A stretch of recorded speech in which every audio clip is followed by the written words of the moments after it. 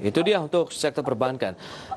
Baik, Pak Dimas, ini kita ada satu informasi juga yang akan kita sampaikan terlebih dahulu untuk pemirsa IDXNL, di mana ini terkait dengan emiten, khususnya dari beberapa hal yang bisa menjadi mungkin perhatian bagi masyarakat investor maupun traders pada perdagangan hari ini. Baik, kita akan sampaikan terlebih dahulu. Ya, pemirsa, investor asing kembali rajin mengkoleksi saham di Bursa Efek Indonesia, dan salah satu saham yang menjadi incaran asing adalah PT Unilever Indonesia Tbk dengan kode sahamnya UNVR. Dalam sepekan terakhir, berdasarkan data RTI, pemodal asing mencatatkan pembelian bersih atau net buy saham UNVR sebesar 230,1 miliar rupiah. Angka tersebut adalah nilai net buy asing tertinggi di Bursa Efek Indonesia dalam seminggu terakhir. Para pemodal asing masuk saham UNVR menjelang jadwal pembagian dividen saham ini di Bursa Efek Indonesia. UNVR akan menebar dividen tunai tahun buku 2019 sebesar Rp107 per saham atau senilai total Rp4,08 triliun. Manajemen UNVR menetapkan KUP dividen di pasar reguler dan pasar negosiasi pada 4 Agustus 2020, sementara tanggal X dividen di pasar reguler dan pasar negosiasi jatuh pada 5 Agustus 2020.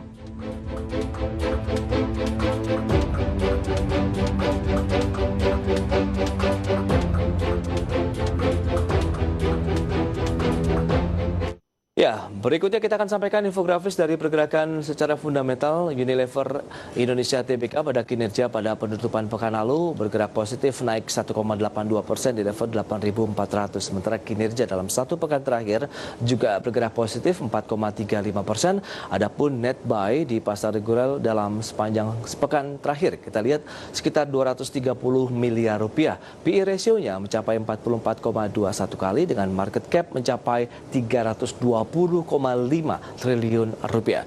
Dengan net profit di semester pertama tahun ini mencapai 3,62 triliun rupiah. Selengkapnya bisa Anda saksikan data-datanya di layar televisi Anda, pemirsa. Baik, kita akan lanjutkan kembali perbincangan bersama dengan Bapak Dimas Yusuf. Ya, Pak Dimas.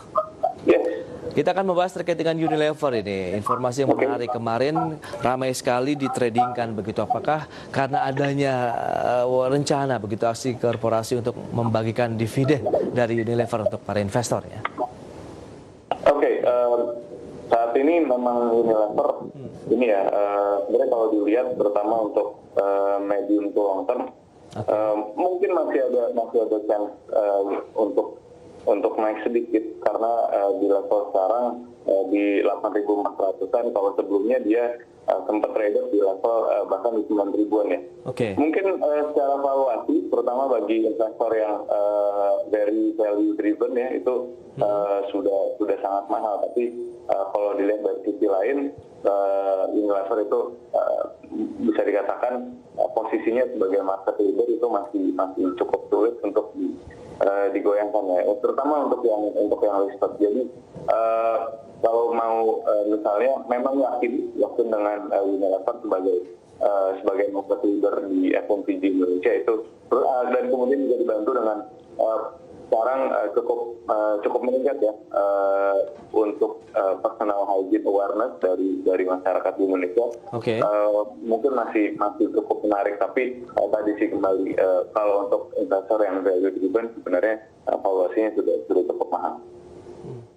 Baik, tapi kalau kita bicara mengenai dividen yang akan dibagikan begitu untuk Unilever, ada juga INTP yang membagikan hingga 100% begitu dari laba bersih yang diraih. Anda melihat bagaimana perbandingannya? Apakah bisa disandingkan atau tidak?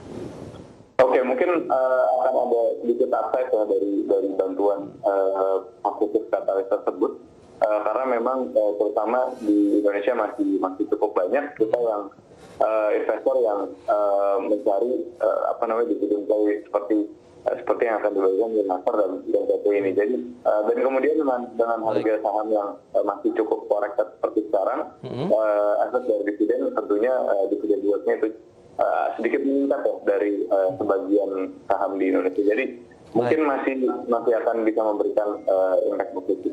Oke, Unilever rekomendasinya seperti apa? Apakah kita bisa trading buy saja atau bagaimana? Untuk trading nampaknya masih bisa ada chance yang cukup menarik sebagai investor, terutama untuk yang short term. Oke, untuk long term ya, kalau kita bicara mengenai Unilever. Betul. Baik, itu dia untuk Unilever, dan tadi sudah disampaikan ada beberapa rekomendasi saham dari sektor perbankan. Big Caps yaitu Bank Mandiri, kemudian Bank BNI, serta Bank BTN. Kita akan kembali di segmen berikutnya nanti, Pak Dimas, untuk membahas terkait dengan PSBB, khususnya dari masa transisi yang diperpanjang kembali oleh Pemprov DKI Jakarta. Sektor-sektor apa saja yang terdampak, kita akan bahas nanti di segmen selanjutnya. Tetaplah bersama kami di IDX Channel.